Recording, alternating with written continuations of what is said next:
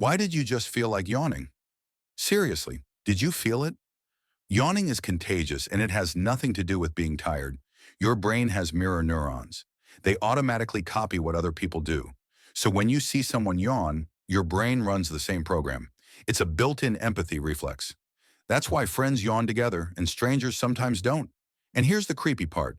The more empathetic you are, the easier it spreads, which means if this video made you yawn, your brain just proved it.